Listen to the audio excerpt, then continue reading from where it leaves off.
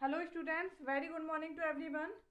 तो हम डिस्कस कर रहे हैं अभी ट्रांसफार्मर। ओके, ट्रांसफार्मर का डिस्कशन हमारा चल रहा है, जिसमें हम लास्ट क्लास में डिस्कस कर चुके थे इम्पीडेंस रेफरल ऑफ ट्रांसफार्मर, कि अगर हम प्राइमरी टू सेकेंडरी ले जाते हैं ट्रांसफार्मर के इम्पीडेंस को तो क्या होगा, और सेकेंडरी टू प्राइमरी ले जाते हैं तो क्या होगा। ओके, तो हमने आपको बताया था कि अगर आप प्राइमरी टू सेकेंडरी ले जाते हैं तो जिस साइड ले जाते हैं उसके नंबर ऑफ टर्न्स क्या आएंगे, ऊपर, ठीक है, और जहां से ले जाते हैं उसके नंबर ऑफ टर्न्स कहाँ आएंगे, नीचे।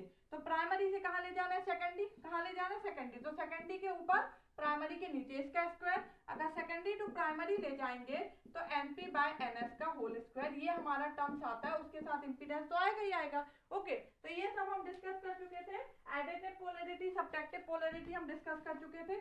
आज हम डिस्कस करने वाले हैं प्रैक्टिकल ट्रांसफार्मर। आइडियल ट्रांसफार्मर हम डिस्कस कर चुके हैं कि आइडियल ट्रांसफार्मर क्या होता है, जिसमें परमेबिलिटी क्या होती है, इनफाइनाइट, रिलक्टेंस क्या होता है, जीरो, लीकेज फ्लक्स जो होता है वो भी क्या होता है हमारा, जीरो।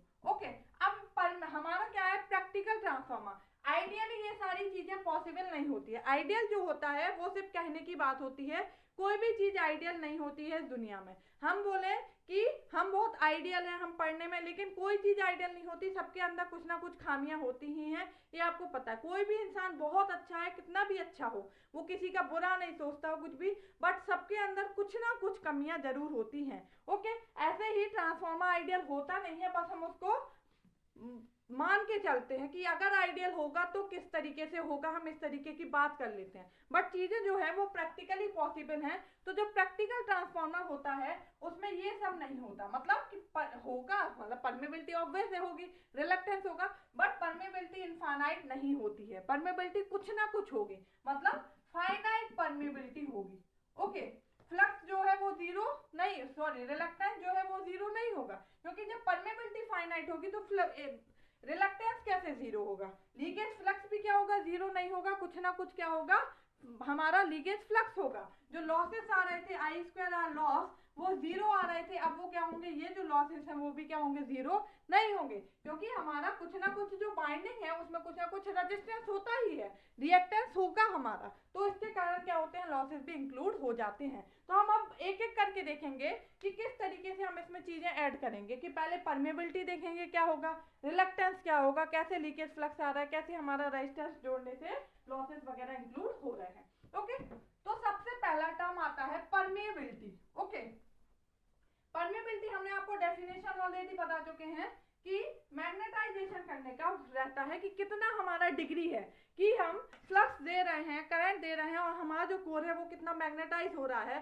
कितना डिग्री, वो क्या कहलाता है, परमेबिलिटी। तो हम क्या बोल रहे हैं कि जो परमेबिलिटी है वो क्या है, इनफाइनाइट नहीं होगी, कुछ फाइनाइट होगी, कुछ फाइनाइट परमेबिलिटी होगी। वो कितनी होगी वो हम यहाँ पे अभी वो नहीं बता रहे, वैल्यू कोई फिक्स वैल्यू नहीं होती है।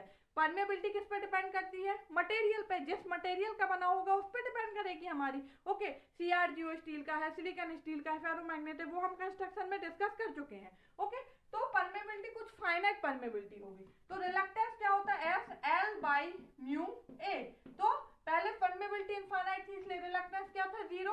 अब परमेबिलिटी कुछ फाइनाइट परमेबिलिटी है, तो S भी क्या होगा, जीरो हमारा नहीं होगा, कुछ ना कुछ क्या होगा, हमारा रिलक्टेंस होगा सिस्टम में। ठीक है, फाई क्या होता है हमारा, MMF बाय रिलक्टेंस, यही होता कि नहीं। तो MMF क्या होता है, फाई इंटू S हो जाएगा हमारा, फ्लक्स इंटू रिलक्टेंस।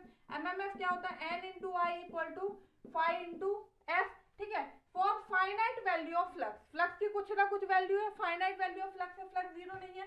ठीक है, तो अगर हम बोले for finite value of flux, NI भी क्या होगा, कुछ होगा, कुछ फाइनाइट वैल्यू होगी, मतलब अब ये जो करंट है I वो क्या है, जीरो नहीं होगा। लास्ट केस में हमने देखा था जब हम आइडियल ट्रांसफार्मर पढ़ रहे थे कि करंट की वैल्यू जो थी वो क्या आ रही थी, हमारी जीरो आ रही थी। मतलब अगर हम एक बार करंट दे देते हैं मैग्नेटाइज करने के लिए, जो कोर है उसको हमें मैग्नेटाइज करने के लिए कुछ ना कुछ करंट तो देना पड़ेगा कि नहीं देना पड़ेगा। तो एक बार अगर हम करंट दे देते हैं तो अगली बार जब हम यूज करेंगे तो हमें कोई करंट की जरूरत नहीं पड़ती है, करंट क्या होता है, जीरो। बट यहाँ पे क्या है, करंट जीरो नहीं होता है, मतलब क्या है, कुछ ना कुछ हमारे जो लॉसेस हैं वो हमारे क्या है, मशीन में होने लगे हैं। तो यहाँ पे हमें दो करंट रिक्वायर्ड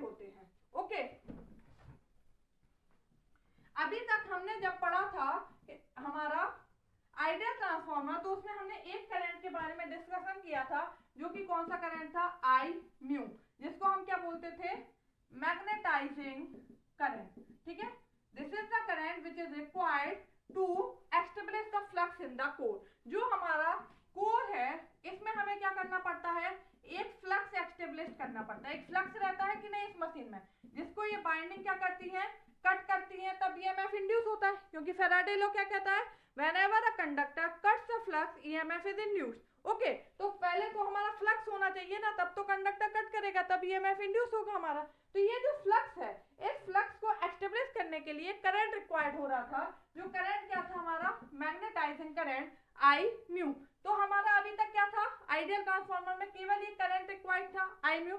ठीक है, बट अब जो हम सोर्स दे रहे हैं वो कैसा है हमारा, अल्टरनेटिंग सोर्स है। जो सोर्स अल्टरनेटिंग है तो फ्लक्स भी क्या है हमारा, अल्टरनेटिंग है। और ये जो है इसका रिलक्टेंस क्या है, कुछ फाइनाइट रिलक्टेंस है। पहले क्या था, रिलक्टेंस 0 था। ओके, रिलक्टेंस हमारा 0 था, तो इसलिए क्या हो रहा था, जितना भी फ्लक्स था वो टोटल का टोटल क्या हो रहा था, कोर से जा रहा था। रिलक्टेंस क्या करता है, फ्लक्स का position just as a resistance, resistance current का पोस्ट करता है। तो जहां पे हमें लो रेजिस्टेंस पाथ मिलता है करंट वहां फ्लो हो जाता है। सेम रिलक्टेंस में होता है, जहां पे लो रिलक्टेंस पाथ मिलेगा वहां पे फ्लो हो जाएगा। बट अब रिलक्टेंस क्या है, 0 नहीं है। तो मतलब कुछ फ्लक्स यहाँ से जाएगा और कुछ फ्लक्स क्या होगा, यहाँ से भी जाएगा, मतलब लीक कर जाएगा हमारा। ठीक है, बट अभी हम बात कर रहे हैं क्या, कि एक हमें क्या होता है, जब हम नो लोड की बात कर रहे हैं, यहाँ पे कोई भी लोड नहीं है। ठीक है, नो लोड की बात कर रहे हैं, अगर हम लोड नहीं लगा रहे हैं तो हमें कौन कौन से करंट रिक्वायर्ड होंगे, तो एक तो हमें मैग्नेटाइजिंग करंट रिक्वायर्ड होता है, और एक कौन सा कम रिक्वायर्ड होता है, कोर के लॉस के लिए। ओके, क्योंकि जब हम क्या कर रहे हैं, सोर्स हमारा क्या है, अगर सोर्स हमारा क्या है, अल्टरनेटिंग है, ठीक है, तो हमारा जो फ्लक्स है वो भी क्या है, अल्टरनेटिंग है। हमने देखा है ना कि सोर्स भी क्या है, अगर Vm sin ओमेगा t, तो इससे जो करंट आ रहा है I, वो भी क्या है, Im sin omega t। Phi हमने देखा था, फाई भी क्या होगा, phi m sin omega t। तो अगर हमारा फ्लक्स क्या है, अल्टरनेटिंग है, तो उसके कारण क्या होता है, जो हमारा कोर है उसमें क्या होता है, एक लॉस होता है, जिसको अपन क्या बोलते हैं, कोर लॉस। तो इस कोर लॉस के लिए एक और करंट रिक्वायर्ड होता है, जिसको हम क्या बोलते हैं, हमारा IW। ठीक है, जिसको हम क्या बोलते हैं, कोर लॉस कंपोनेंट बोलते हैं। एक और हमें करंट आई म्यू के साथ साथ एक और करंट रिक्वायर्ड होता है, जिसको हम बोलते हैं IW, जिसको हम क्या बोलते हैं, core loss component of no load current. Okay, तो हमें मैग्नेटाइजिंग करंट के साथ साथ क्या है, एक और करंट अब रिक्वायर्ड हो गया, जो कि कोर लॉस को क्रिएट करेगा। कोर लॉस के अंदर कौन कौन से लॉस आते हैं हमारे, ये हम डीसी मशीन जब पढ़ा था तब भी डिस्कस कर चुके हैं, hysteresis losses and eddy current loss. Okay, hysteresis loss क्या होते हैं हमारे, जो हमारा बीएच कर्व बनता है। ओके, जो हमारा बीएच कर्व बनता है उसमें हमारा कुछ ये इस तरीके से बनता है कि नहीं, तो ये जो एरिया होता है, मैग्नेटाइज होगा फिर डीमैग्नेटाइज होता है, फिर मैग्नेटाइज फिर डीमैग्नेटाइज, तो जितना ज्यादा ये एरिया होगा उतना ज्यादा क्या होते हैं, लॉसेस होते हैं। एडी करंट लॉस क्या होते हैं हमारे, जो हमारा करंट फ्लो होता है, एडी करंट, उसके कारण जो लॉसेस क्रिएट होते हैं वो एडी करंट लॉस। ये हम और डिटेल में डिस्कस करेंगे जब लॉसेस डिस्कस करेंगे। तो हमारे इन लॉसेस के कारण, तो जब ये लॉस हो रहे हैं, मतलब यहाँ पे कुछ ना कुछ लॉस हो रहा है, तो यहाँ पे कुछ ना कुछ करंट रिक्वायर्ड होगा कि नहीं, तो उस लॉस के लिए करंट रिक्वायर्ड होता है, जिसको हम क्या बोलते हैं, IW। तो टोटल अब हमारे 2 करंट हो गए। अगर हम practical transformer at no load पे बात कर रहे हैं, ठीक है, अभी हमने कोई भी लोड नहीं लगाया है, तो इस कंडीशन में कौन कौन से लॉस हो गए हमारे, एक तो करंट हो गए, एक तो I म्यू, और एक क्या हो गया, IW। ठीक है, अब अगर हम बात करें पावर जो होता है, टोटल पावर, वो क्या होता है, रियल पावर और रिएक्टिव पावर होता है कि नहीं। टोटल पावर जो है वो किस किस का सम होता है, एक तो रियल पावर का और एक रिएक्टिव पावर का। ओके, तो जो हमारा कोर लॉस कंपोनेंट होता है उसके लिए कौन सा पावर हमारा रिक्वायर्ड होता है, रियल पावर। जो कोर लॉस लॉस होता है उसके लिए केवल जो हमारा उसके लिए जो भी हमारा होता है वो कौन होता है, रियल पावर होता है। मतलब इसके कारण ही क्या होता है, कोर लॉस होता है। कभी भी रिएक्टिव पावर से हम कोर लॉस नहीं लेते। और रिएक्टिव पावर जो होता है ये हमारा क्या होता है, हमारा जो मैग्नेटाइजिंग करंट है, ठीक है, फ्लक्स को जो मैग्नेटाइज करने के लिए होता है वो कौन सा पावर रिक्वायर्ड होता है, magnetise real reactive power. Okay, इसलिए हम बोलते हैं कि जो हमारा पी क्यू मी, एक हम P से डिनोट करते हैं रियल पावर को। तो जो रियल पावर होता है हमारा वो क्या होता है, हमारा P V इंटू आई डब्ल्यू। ओके, तो जो रियल पावर का हमारा कंपोनेंट होता है वो किसके डिपेंड करता है, इसके करंट पे, जो कोर लॉस का करंट का कंपोनेंट होता है उस पे। और अगर हम रिएक्टिव पावर की बात करें तो इसके लिए जो होता है वो कौन सा हमारा रिस्पॉन्सिबल होता है, मैग्नेटाइजिंग करंट। ठीक है, तो मैग्नेटाइजिंग करंट के लिए जो रिस्पॉन्सिबल होता है वो होता है रिएक्टिव पावर, और इसके लिए जो होता है वो होता है हमारा क्या, रियल पावर। ओके, इसलिए आप कहीं कहीं देखते हैं, आप सोचते हैं कि रिएक्टिव पावर हमें क्यों जरूरत है। यहाँ ऐसा क्वेश्चन कई जगह पूछ लिया जाता है कि हम बोलते हैं कि रियल पावर हो गया, रिएक्टिव पावर जो होता है वो यूजफुल है, ठीक है, अनयूजफुल है या कुछ भी है, कि हमें केवल रियल पावर, आप देखेंगे कि रियल पावर जो है वो रिक्वायर्ड है। तो हमारा जो ट्रांसफार्मर है उसमें हमें दोनों की जरूरत पड़ती है, रियल की भी और रिएक्टिव पावर की भी। ओके, क्योंकि ये जो है वो तो हमारा केवल क्या, हमारा अपन एक फ्लक्स एस्टेब्लिश करने के लिए हमारा लिया है, ठीक है, और ये जो है हमारा वो कोर लॉस कंपोनेंट के लिए। तो हम बोलेंगे ये वाला जो है ये तो हमारा क्या है, बेस्टफुल है।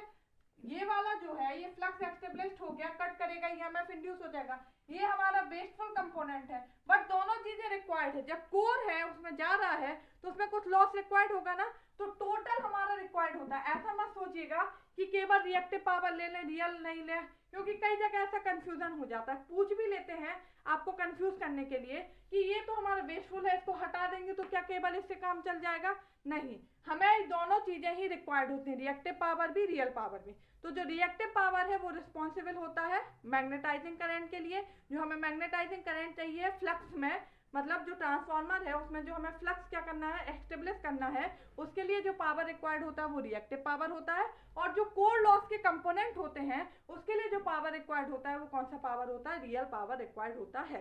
ये आप अच्छे से याद रखिएगा, इनमें कंफ्यूज मत होइएगा।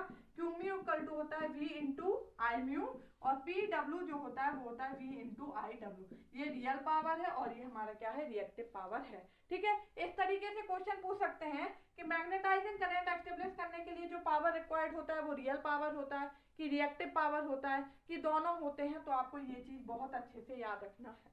ओके, ये आपका एक चीज हो गया। अब हम देखते हैं कि टोटल जो करंट है वो कौन से करंट हो गए, दो करंट हो गए। जो हमारा आई नॉट है ये होता है हमारा नो लोड करंट, ठीक है।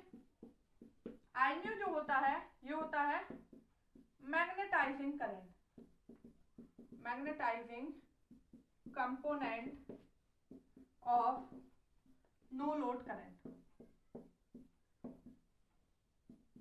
ओके, और आई डब्ल्यू जो होता है वो होता है core loss component of no load current.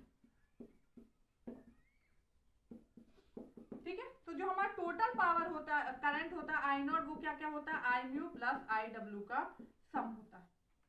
Okay, ये फेजर सम होता है हमारा। आई नॉट जो होगा वो आई म्यू और आई डब्ल्यू का फेजर सम होता है। मतलब नो लोड के टाइम में हमें कौन कौन से दो करंट रिक्वायर्ड हो गए, एक तो हमारा हो गया हमारा आई म्यू और एक हो गया आई डब्ल्यू।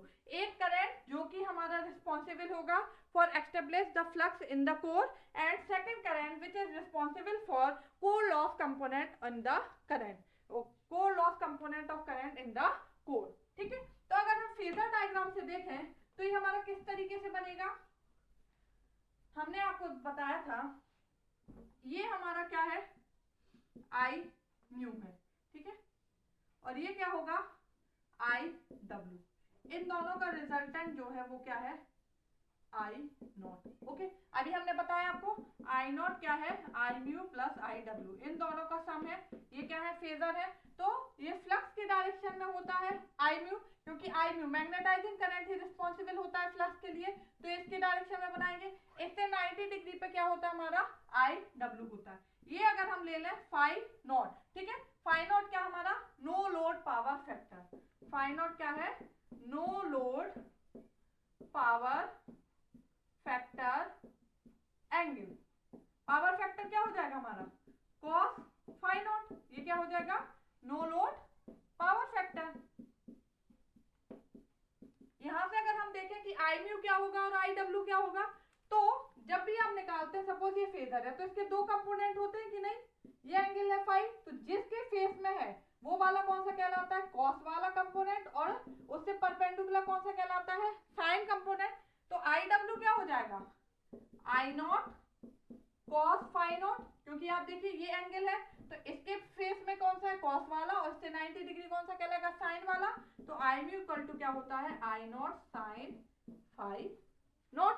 ओके, तो अगर आप फाइंड करेंगे ये क्या है फेजर सम है।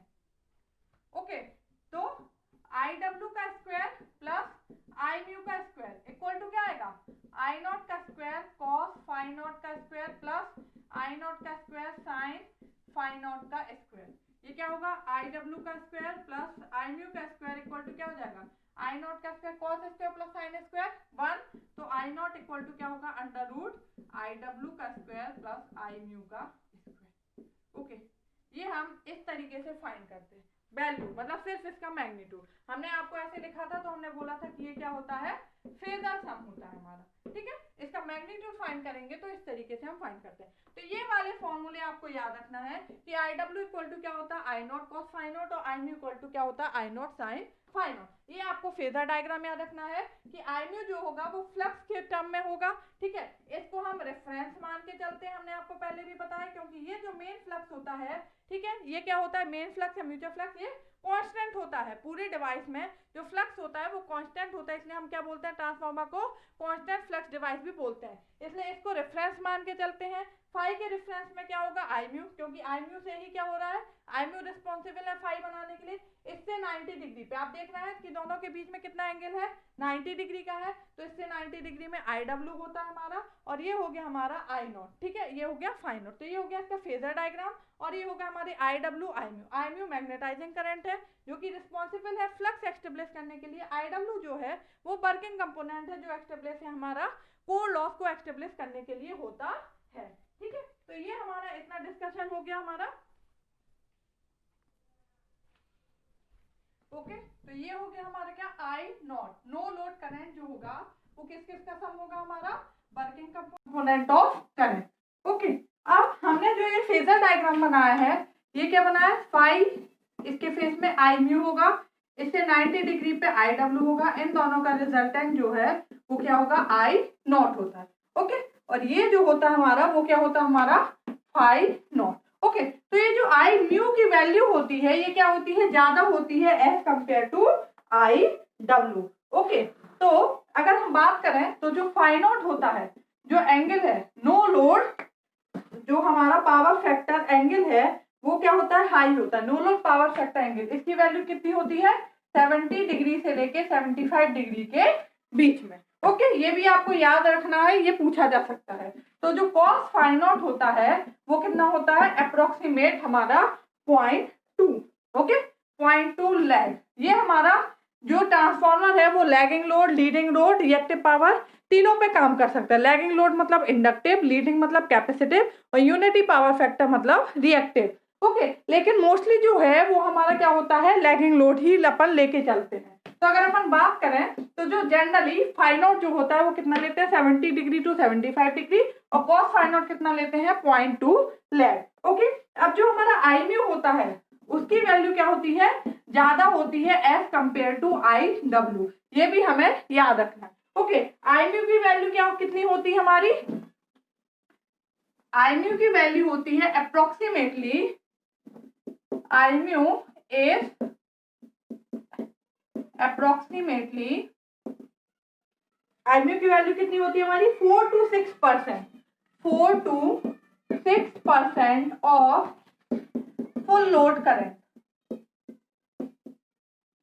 ओके, और आई डब्ल्यू कितना होता है हमारा IW is approximately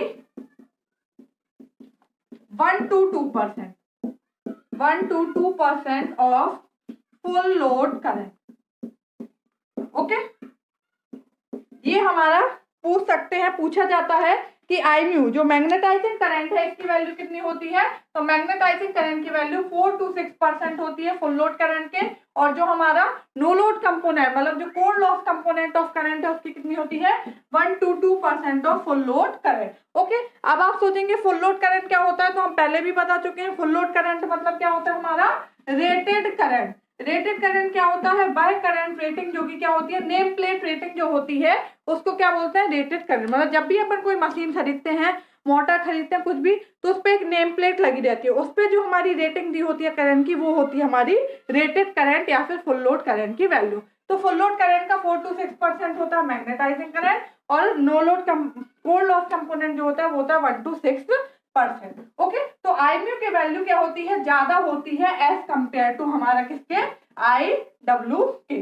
ओके, तो आई म्यू की वैल्यू ज्यादा होगी, आई डब्ल्यू की वैल्यू कम होती है. तो इनका जब अपन रिजल्टेंट बनाते हैं तो वो कुछ हमारा ऐसे बनता है. तो ये हमारा क्या है 5 नॉट, इसलिए ये जो एंगल है वो क्या होता है, ज्यादा होता है, लगभग कितना 70 to 75 डिग्री. ओके, तो आप cos 70 to 75 मतलब अप्रोक्सीमेटली इनके बीच में, तो ये आता है लगभग 0.2. ओके, अप्रोक्सीमेटली हम वैल्यू मान के चलते हैं, मतलब जो हमारी क्वेश्चन में पूछी जाती है. ओके, तो ये हो गया आपका कितना कि हमारा आई म्यू की वैल्यू क्या होगी. तो अगर हमारा नो लोड, हमारा क्या है, बात कर रहे हैं हम प्रैक्टिकल ट्रांसफार्मर है और वो हमारा नो लोड पे है, तो कितने कंपोनेंट होंगे, 2 करंट आएंगे, यहाँ से क्या आएगा, आई नॉट आएगा, जो कि किस किस का सम होगा, आई म्यू का और आई डब्ल्यू का. याद रखिएगा ये फेजर सम होते हैं, अगर इनका मैग्नीट्यूड निकालेंगे तो हम इस तरीके से निकालते हैं, आई म्यू का स्क्वायर प्लस आई डब्ल्यू का स्क्वायर. ठीक है, आई म्यू जो होता है ये फाई के लिए रिस्पॉन्सिबल होता है और ये क्या होता है, कोर लॉस के लिए रिस्पॉन्सिबल होता है. ओके, तो हम देखते हैं कि इसका हम इक्विवेलेंट सर्किट कैसे बनाएंगे. ओके, अगर हम इक्विवेलेंट सर्किट की बात करते हैं, equivalent circuit of practical transformer at no load. Okay, अभी हम केवल क्या कर रहे हैं, देख रहे हैं सिर्फ, अभी हमने रेजिस्टेंस रिएक्टेंस ये सब इंक्लूड नहीं किया. अभी तक का हम प्रैक्टिकल इक्विवेलेंट सर्किट देखना है कि अभी तक हमने जो पढ़ा उसके अकॉर्डिंग इक्विवेलेंट सर्किट कैसे बनेगा. तो कैसे बनेगा, ये हमारा आ रहा है, यहाँ से 2 हमारे करंट चाहिए है, एक मैग्नेटाइजिंग के लिए और एक हमारा क्या हो गया, हमारा जो लॉस है उसके लिए. ओके, फिर ये हमारी प्राइमरी वाइंडिंग आ जाएगी और यहाँ से क्या आ जाएगी हमारी सेकेंडरी वाइंडिंग. ये हमारा कुछ इस तरीके से बनेगा. ओके, तो एक क्या हो जाएगा हमारा आरसी कोर लॉस कंपोनेंट जो हो जाएगा हमारा. ओके, और एक हो जाएगा हमारा एक्स एम, इसमें ये जाएगा आई म्यू और ये है आई डब्ल्यू. ये आया आई नॉट, यहाँ से करंट जो आ रहा है वो आ रहा है हमारा आई वन. सपोज ये हमारा क्या है V1, ये हमारा V2, यहाँ पे जो आएगा वो E2 EMF इंड्यूस हुआ, यहाँ पे जो EMF इंड्यूस हुआ वो E1. ठीक है, ये अगर करंट है हमारा I2 तो यहाँ पे जो आएगा वो आएगा हमारा I1 डैश. I2 और I1 डैश जो है अभी तो ये क्या है हमारा नो लोड पे है. ओके, तो I2 इक्वल टू क्या होगा 0 होगा. बट I2 और I1 डैश अगर हम फेजर में हम बताते हैं तो दोनों क्या होते हैं, एक दूसरे के अपोजिट होते हैं. ये दोनों एक दूसरे के बराबर होंगे. जब हम लोड लगाएंगे अभी इसके नेक्स्ट केस में, तब हम आपको बताएंगे कि जब लोड लगाते हैं तो एक करंट ड्रॉ होगा I2, तो उस करंट वो करंट क्या करता है, जो मेन फ्लक्स है उसका अपोज करता है, बट जो फ्लक्स होता है वो कांस्टेंट रहता है. तो उसके लिए हम एक और कंपोनेंट लेते हैं जिसको हम बोलते हैं क्या I1 डैश. ओके, तो ये I2 और I1 डैश क्या होते हैं, एक दूसरे के बराबर होते हैं, मतलब जस्ट अपोजिट होते हैं. तो हमने इसके पहले फेजर ड्रॉ भी किया है, तो हमने आपको बताया था कि कैसे होगा. अब क्या होगा, यहाँ पे हो गया ये 5, इसके फेस में क्या है आई म्यू. ओके, ये हमारा क्या आई डब्ल्यू. इन दोनों का जो रिजल्टेंट है वो क्या है आई नॉट है. यहाँ पे हमने आपको बताया था ये E1 है और ये E2 है. E2 ग्रेटर देन E1 लिया है, मतलब N2 ग्रेटर देन N1 है.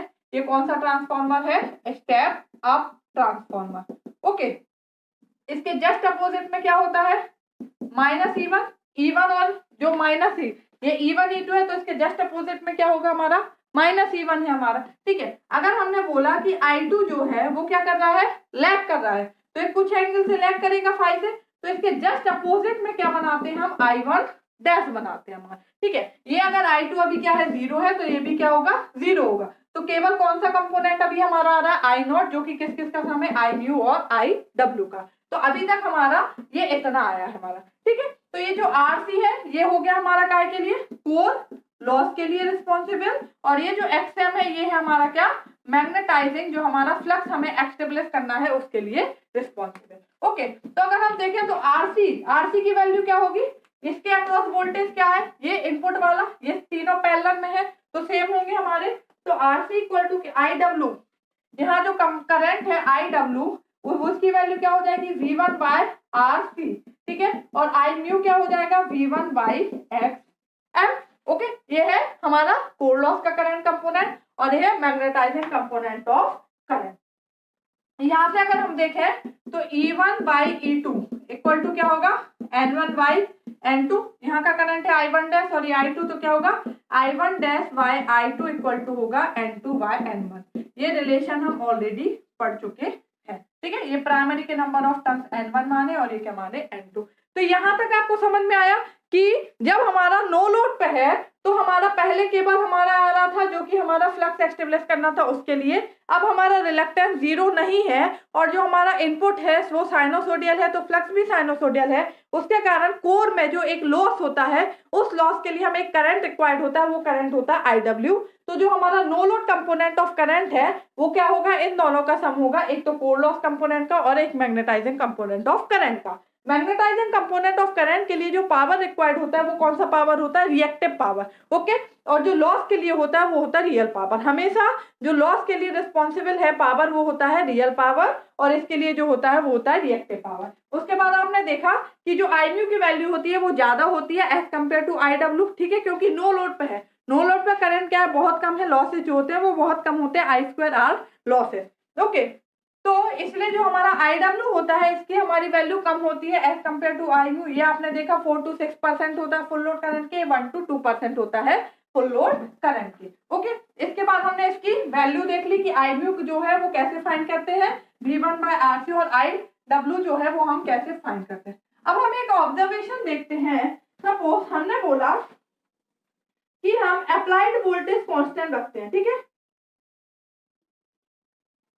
हम बोल रहे हैं suppose if by keeping applied voltage constant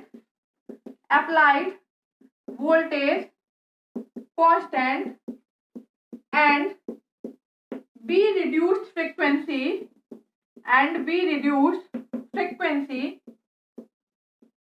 then what happen।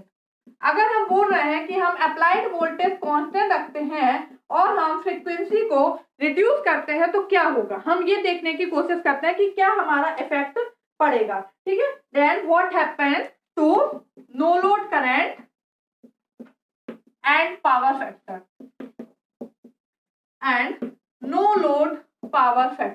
ये हमें देखना है। ये ऑब्जर्वेशन पूछ लिया जाता है, तो स्टेटमेंट आपको दे दिया जाएगा, फिर ऑप्शन दे दिए जाएंगे कि नो लोड करंट बढ़ जाएगा, कम होगा, पावर फैक्टर कम होगा, बढ़ेगा, क्या होगा, इस तरीके से पूछ लिया जाता है। ठीक है, तो हमें ऑब्जर्वेशन देखते हैं। तो हमने इक्वेशन देखी है, E इक्वल टू क्या होता है, 4.44 F5N। ओके, होता है कि नहीं, तो फाई डायरेक्टली प्रोपोर्शनल होता है E बाई एफ के, या फिर डायरेक्टली प्रोपोर्शनल लिख सकते हैं V बाई एफ के। ये हम ऑलरेडी डिस्कस कर चुके हैं लास्ट क्लास में, जब हमने आपको आइडियल ट्रांसफार्मर बताया था। तो आइडियल ट्रांसफार्मर का जो पार्ट 2 है उसमें आप देखिएगा कुछ ऑब्जर्वेशन हमने लिए हैं। तो हमने आपको बताया अगर फ्लक्स हमारा कांस्टेंट है, तो जो V बाय एफ रेशियो होता है ये भी क्या रहता है, हमारा कांस्टेंट होता है। ओके, अब हम बोल रहे हैं कि अगर हम वोल्टेज क्या रखते हैं, फिक्स रखते हैं, तो हमारा फ्रीक्वेंसी पे क्या, और फ्रीक्वेंसी को क्या करें, कम करते हैं, तो हमारा क्या इफेक्ट होगा ये हमें देखना है। ओके,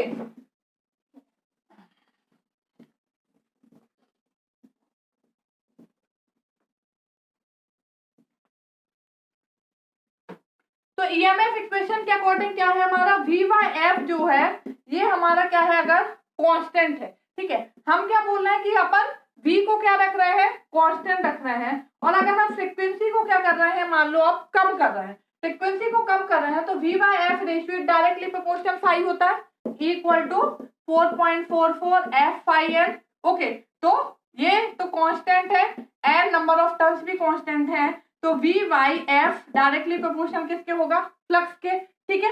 अगर हम वोल्टेज को क्या करना है, कांस्टेंट रखना है, ठीक है, हमने बोला तो फाई कांस्टेंट है तो ये पूरा रेशियो कांस्टेंट होगा, अभी इसकी बात नहीं कर रहा है, हम बोल रहे हैं अगर वोल्टेज कांस्टेंट है फ्रीक्वेंसी को कम करेंगे, फ्रीक्वेंसी कम करेंगे तो फ्लक्स क्या होगा, इंक्रीज होगा, होगा कि नहीं होगा, फ्लक्स हमारा क्या होगा, इंक्रीज होगा। तो देखिए आप क्या हमारा इफेक्ट पड़ेगा वो हमें देखना है, नो लोड करंट तो उस पर V by F directly proportional to 5, frequency कम करेंगे तो फ्लक्स क्या होता है, बढ़ता है। जो कोर लॉस होता है पी कोर लॉस कंपोनेंट है वह डायरेक्टली प्रोपोर्शनल होता है फ्लक्स के स्क्वायर के। तो अगर कोर लॉस फ्लक्स बढ़ रहा है तो कोर लॉस भी क्या होंगे हमारे, इंक्रीज होंगे हमारे, होगा कि नहीं होगा। अगर कोर लॉस बढ़ रहा है, पी कोर हमने आपको दिखाया था, पी डब्ल्यू निकाला था और हमारा क्या निकाला था, रिएक्टिव कंपोनेंट, हमारा क्या बताया था हमने, एक्टिव कंपोनेंट और रिएक्टिव कंपोनेंट, पी डब्ल्यू और एक्स म्यू ये निकाला था ना। जो हमारा कोर लॉस वाला होता है वो रियल पावर के लिए होता है, रियल पावर क्या था हमारा, v इंटू आई डब्ल्यू, और जो रिएक्टिव पावर था वो क्या था हमारा, v इंटू आई म्यू, ये होता है कि नहीं। तो v अगर कांस्टेंट है तो जो हमारा एक्टिव पावर है वो क्या होता है, v इंटू आई डब्ल्यू। अगर वोल्टेज हमारा कांस्टेंट है, ठीक है, ये हमारा बढ़ रहा है, पी एक्टिव मतलब क्या है, पी कोर मतलब रियल पावर जो है वो किसके लिए रिस्पॉन्सिबल होता है, कोर लॉस के लिए। तो रियल पावर किसके बराबर है, कोर के। तो अगर ये हमारा बढ़ रहा है तो आई डब्ल्यू भी क्या होगा, बढ़ेगा हमारा, क्योंकि वी तो कांस्टेंट है। तो आपने देखा कि अगर हम फ्रीक्वेंसी को कम कर रहे हैं तो फ्लक्स हमारा बढ़ रहा है, फ्लक्स बढ़ने से कोर लॉस बढ़ रहा है, कोर लॉस बढ़ रहा है, इसका मतलब है आई डब्ल्यू जो है मैग्नेटाइजिंग करंट वो भी हमारा क्या होगा, बढ़ेगा। सिंपल सी बात है, आप समझ रहे हो कि जो हमारा, सॉरी मैग्नेटाइजिंग करंट बोल दिया मैंने, ये core loss component of no load current, ठीक है। तो सिंपल सी बात है, ये क्या है, कोर लॉस के लिए है कि जो हमारा कोर में लॉस हो रहा है उसको क्या करना है, दिखाना है। तो उसके लिए हम एक करंट दे रहे हैं कि एक करंट हमें रिक्वायर्ड होगा जिसको क्या बोल रहा है, कोर लॉस कंपोनेंट। तो अगर लॉस बढ़ जाएगा तो ये भी बढ़ेगा। तो आपने देखा कि आई डब्ल्यू क्या होता है हमारा, इंक्रीज होता है अगर हम फ्रीक्वेंसी डिक्रीज करते हैं। तो ये हमारा एक रिजल्ट आया। सेकंड रिजल्ट,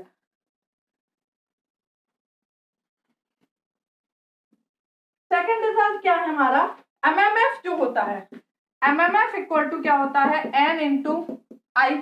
ओके, ये जो एमएमएफ है, एमएमएफ किससे है रिलेटेड, फाई इक्वल टू क्या होता है, MMF by reluctance. Okay, frequency inversely proportional है फ्लक्स के, फ्रीक्वेंसी कम कर रहे हैं तो फ्लक्स क्या है, बढ़ रहा है, फ्लक्स बढ़ेगा एमएमएफ भी क्या होगा, बढ़ेगा। एमएमएफ फाई से रिलेटेड है, यहाँ पे जो करंट आएगा वो क्या आएगा, आई म्यू, क्योंकि जो एमएमएफ हमारा एक्टिवलिस्ट करने के लिए कौन सा करंट रिक्वायर्ड होगा, मैग्नेटाइजिंग करंट। तो अगर एमएमएफ बढ़ रहा है तो आई म्यू भी क्या होगा, बढ़ेगा, क्योंकि ये तो नंबर ऑफ टर्न्स है, ये तो कांस्टेंट है हमारे।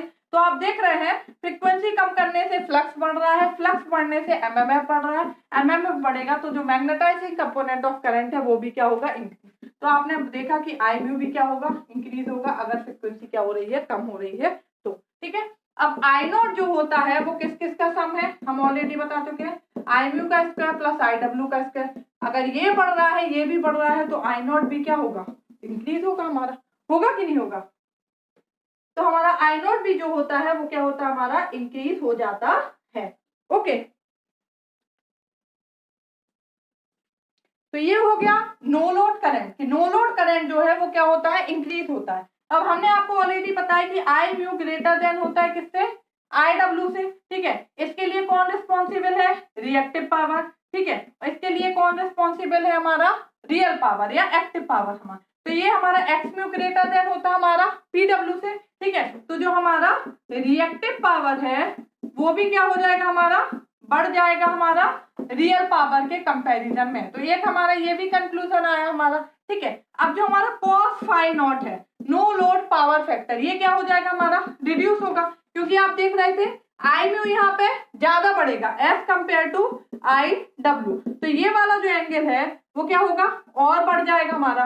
ये एंगल जितना ज्यादा होता है कॉस के टर्म में उतना ही क्या होता है, और कम होता जाता है। आपने देखा है ना, cos 0 क्या होता है 1 और cos 90 क्या होता है 0, तो जैसे जैसे एंगल बढ़ता है वैसे वैसे इसकी वैल्यू क्या होती है, रिड्यूस होती है। तो ये एंगल और बढ़ जाएगा, अभी 70 to 75 था तो बढ़ के और 80 to 85 लगभग हो जाएगा, तो cos फाई नॉट क्या होता है, और रिड्यूस हो जाता है। ठीक है, तो जो नो लोड करंट है वो क्या होता है, बढ़ता है, और जो पावर फैक्टर है वो क्या होता है, रिड्यूस होता है। ओके, तो ये यहाँ तक का हमारा डिस्कशन था, जिसमें हमने होल डिस्कशन कर लिया है कि अगर नो लोड पे है तो किस तरीके से हमारे कौन कौन से कंपोनेंट ऑफ करंट आते हैं।